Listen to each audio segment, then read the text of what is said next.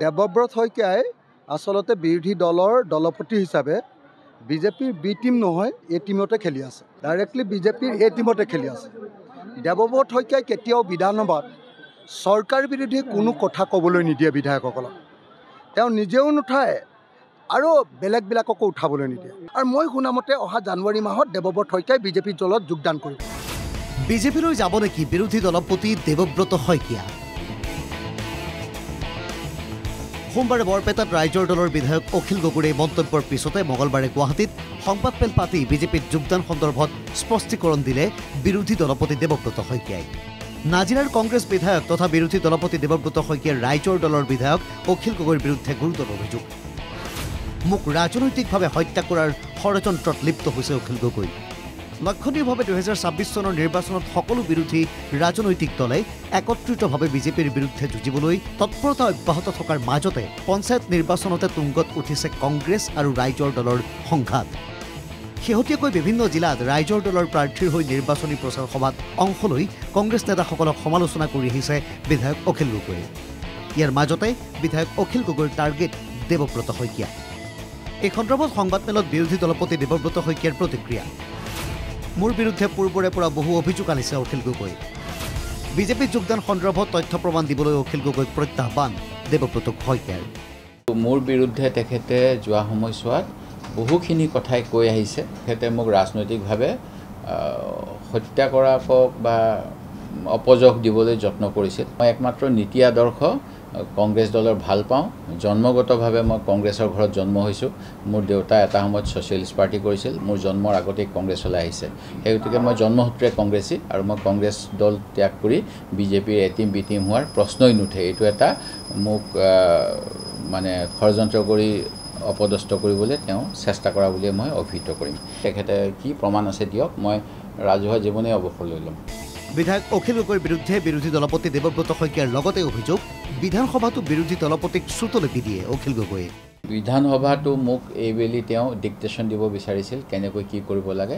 আৰু মই হ'লোঁ কংগ্ৰেছ দলৰ বিধায়ক। নতুনকৈ এটা দল গঠন কৰি এজন বিধায়কেৰে গঠিত হোৱা এজন দলৰ ৰাজনৈতিক সভাপতিজনে নিশ্চিতভাৱে মোক কিবা কথা ক'লে মই সেই কথা প্ৰত্যাখ্যান কৰাৰ মোৰ অধিকাৰ আছে আৰু এইটো মোৰ দায়িত্ব, যিহেতু মই মোৰ দলৰ হাইকমাণ্ডৰ নিৰ্দেশে মানিবলৈ বাধ্য।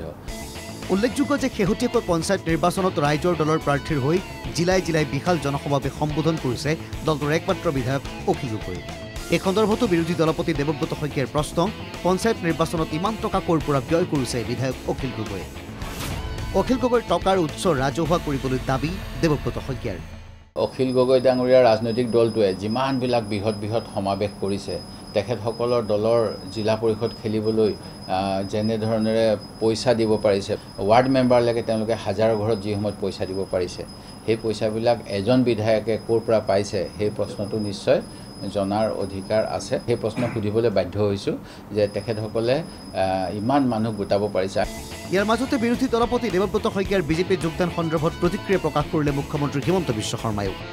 গুৱাহাটীৰ সংবাদমেলত মুখ্যমন্ত্ৰীৰ মন্তব্য, ভূপেন বৰাই ইংগিত দিছে দেৱব্ৰতৰ কথা নাজানে মুখ্যমন্ত্ৰীয়ে। ভূপেন বৰাই কৈছে মই চৰকাৰী গাড়ীত উঠিম, তাৰমানে ইনডাইৰেক্টলি তেওঁ এটা প্ৰস্তাৱ বুলি ভাবিব পাৰোঁ। দেৱব্ৰত শইকীয়াইতো কোৱা নাই, গতিকে মই দেৱব্ৰত শইকীয়াৰ ওপৰত কমেণ্ট নিদিওঁ। কিন্তু ভূপেন বৰাই বাৰে বাৰে কয় ইয়াৰ পৰা মই দিছপুৰতহে যাম, কয়নে নকয়? যেতিয়া দিছপুৰত কেনেকৈ যাব পাৰিব? দিছপুৰতো বিজেপি থাকিব। ভূপেন বৰাটো অলপ ইংগিত যেন আপুনি ধৰিব পাৰে, অলপ অলপ, ডাইৰেক্ট নহয়। কিন্তু দেৱব্ৰত শইকীয়াৰ পৰা কোনো আমি ইংগিত পোৱা নাই। এনে কথা পাতি থাকে আমাৰ মানুহবিলাকৰ লগত, যদি তাতে কিবা ইংগিত আছে মই নাজানো। বিধায়ক অখিল গগৈ বিজেপিত যোগদান কৰিব নেকি বুলি সাংবাদিকে সোধাৰ প্ৰশ্নৰ উত্তৰত মুখ্যমন্ত্ৰী হিমন্ত বিশ্ব শৰ্মাৰ মন্তব্য, অখিল গগৈৰ সৈতে একেলগে থাকিলে মুখ্যমন্ত্ৰী হ'ব বিবাহ বিচ্ছেদ। অখিল গগৈ বিজেপিলৈ আহিলে মুখ্যমন্ত্ৰী যাব ৰাইজৰ দললৈ। অখিল গগৈ আৰু মই দুটা একেলগে বিজেপিত থাকিব নোৱাৰোঁ, তেতিয়া মোৰ ঘৰত ডাইভৰ্চ হৈ যাব। সেইকাৰণে অখিল গগৈ বিজেপিত আহিলে মই ৰাইজৰ দলত যাব লাগিব। তেওঁ যিটো পৰ্যায়ত মোৰ বিপক্ষে মানে মোৰ লগত পাৰ্চনেল কৰিছে, গতিকে বিজেপিয়েতো তেওঁক ল'ব পাৰিব, মইতো আপত্তি কৰিব নোৱাৰোঁ। কিন্তু তেওঁক বিজেপিয়ে ল'লে ঘৰত মই ডাইভৰ্চ কৰিব লাগিব। মই থাকালৈকে নহয়, মই নাথাকাৰ পিছত কোনোবাই ল'ব পাৰে তেওঁক, সেইটো লৈ মই নকওঁ।